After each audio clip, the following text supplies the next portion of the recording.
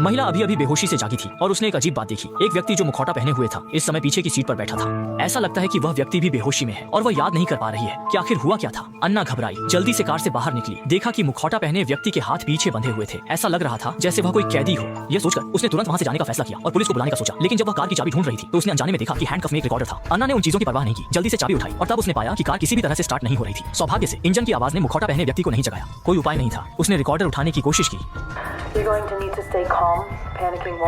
उसमें से अन्ना की अपनी आवाज आ रही थी। यह भूलने की बीमारी से बचने के लिए पहले से रिकॉर्ड की गई थी। उसने खुद को एक एजेंट बताया जो अलौकिक जीवों को पकड़ने में विशेषज्ञ है। पीछे बैठा मुखौटा पहने व्यक्ति इस बार का लक्ष्य था, जिसकी क्षमता थी कि जो भी उसका चेहरा देखेगा वह भूल जाएगा। और अगर आप यह संदेश सुन रहे हैं तो इसका मतलब है कि मिशन में कुछ गड़बड़ हो गई है। इसके बाद अपने दिमाग में किसी भी याद पर विश्वास न करें, सुनिश्चित करें और एक पेन लेकर लिख लें। और उसने अपने बैग में एक हथियार भी रखा था। उस व्यक्ति की अजीब क्षमता के अलावा उसकी लड़ाई की क्षमता बहुत मजबूत नहीं थी। अगर भाग्यशाली रहे तो गलती को सुधारने का मौका हो सकता है, उसे फिर से पकड़ने या खत्म करने का। लेकिन अन्ना अभी तक सामग्री को समझ भी नहीं पाई थी कि मुखौटा पहने व्यक्ति धीरे धीरे बेहोशी से जाग गया। और जैसे ही वह जागा उसने संघर्ष करते हुए अपना मुखौटा उतारने की कोशिश की। अन्ना ने यह देखा, जल्दी से हथौड़ा उठाया और धमकी दी। मुखौटा पहने व्यक्ति ने यह सुनकर उसे और गुस्सा नहीं दिलाया। उसने कहा कि वह अन्ना का भाई है।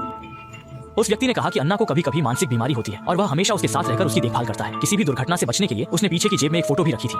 अन्ना ने यह सुनकर जल्दी से उसे ढूंढ निकाला। हालांकि जेब में सच में उसकी एक फोटो थी, लेकिन यह सुनिश्चित नहीं कर पा रही थी कि दूसरा व्यक्ति वही है या नहीं। मुखौटा पहने व्यक्ति पूरी तरह से टूट गया। उसने फिर से अपने पैर उठाए और मुखौटा उतारने की कोशिश की। अन्ना डर गई और जल्दी से उसे रोकने के लिए आगे बढ़ी। जब तक कि वह उसे लगभग मार नहीं देती तब तक उसने रुकने का नाम नहीं लिया। उस व्यक्ति की बातों ने उसके मन में कुछ हलचल पैदा कर दी। उसकी थोड़ी रोने की आवाज में विनती सुनकर अन्ना डर गई कि कहीं वह सच में बीमार न हो और अपने परिवार को नुकसान न पहुंचा दे। लेकिन वह मुखौटा उतारने की हिम्मत नहीं कर पा रही थी। स्थिति इसी तरह अटकी रही। इस समय मुखौटा पहने व्यक्ति ने कहा कि उसे ठंड लग रही है। सोचते हुए अन्ना ने बिना ज्यादा सोचे खिड़की बंद कर दी। लेकिन थोड़ी देर बाद उसे कुछ गड़बड़ महसूस हुई और तुरंत उसने देखा कि मुखौटा खिड़की की दरार में फंसा हुआ था और सफलतापूर्वक उतार लिया गया था। अब उसे यकीन हो गया कि नकाबपोश झूठ बोल रहा था। उसने तुरंत हथौड़ा उठाया और हमला करने की योजना बनाई। लेकिन अगले ही पल उसे खतरे का एहसास हुआ। भागने के लिए तैयार होकर वह कार से बाहर निकल गया। वह मजबूत था और तुरंत दरवाजा खोलकर पीछा करने लगा। तभी उसने देखा कि जमीन पर गिरे टेप रिकॉर्डर से आवाज बदल गई थी। उसने तुरंत आवाज का पीछा करना शुरू कर दिया। लेकिन थोड़ी ही देर में नकाबपोश ने कार का अलार्म ट्रिगर कर दिया, जिससे तेज आवाज के साथ अपनी हरकतों को छुपा लिया। अब डर के मारे अन्ना उसकी गतिविधियों का पता नहीं लगा सकी। घबराहट में उसने खुद को बचाने के लिए इधर उधर हाथ हिलाना शुरू कर दिया। लेकिन उसे पता था कि यह तरीका काम नहीं करेगा। उसने जल्दी से हथौड़े पर एक संदेश लिखने के लिए पेन निकाला। तभी नकाबपोश ने पीछे से उस पर हमला कर दिया।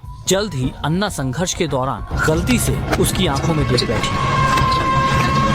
थोड़ी ही देर में अन्ना की आंखें स्थिर हो गईं और उसने संघर्ष करना बंद कर दिया। अपनी याददाश्त खो चुकी अन्ना ने फिर से पहले की घटनाओं को भूल गई। लेकिन इसी समय उसने हथौड़े पर लिखा संदेश देखा। हालांकि उसे पूरी कहानी नहीं पता थी, लेकिन उसके अंदर की खतरे की भावना ने उसे बिना सोचे समझे कार्रवाई करने पर मजबूर कर दिया। अन्ना ने इसी तरह से विरोधी को खत्म कर दिया और खुद को एक हत्यारा मान लिया। वह अब कभी भी सच्चाई नहीं जान पाएगी, क्योंकि डर के मारे पीछे हटते समय उसने गलती से जमीन पर गिरे टेप रिकॉर्डर को तोड़ दिया।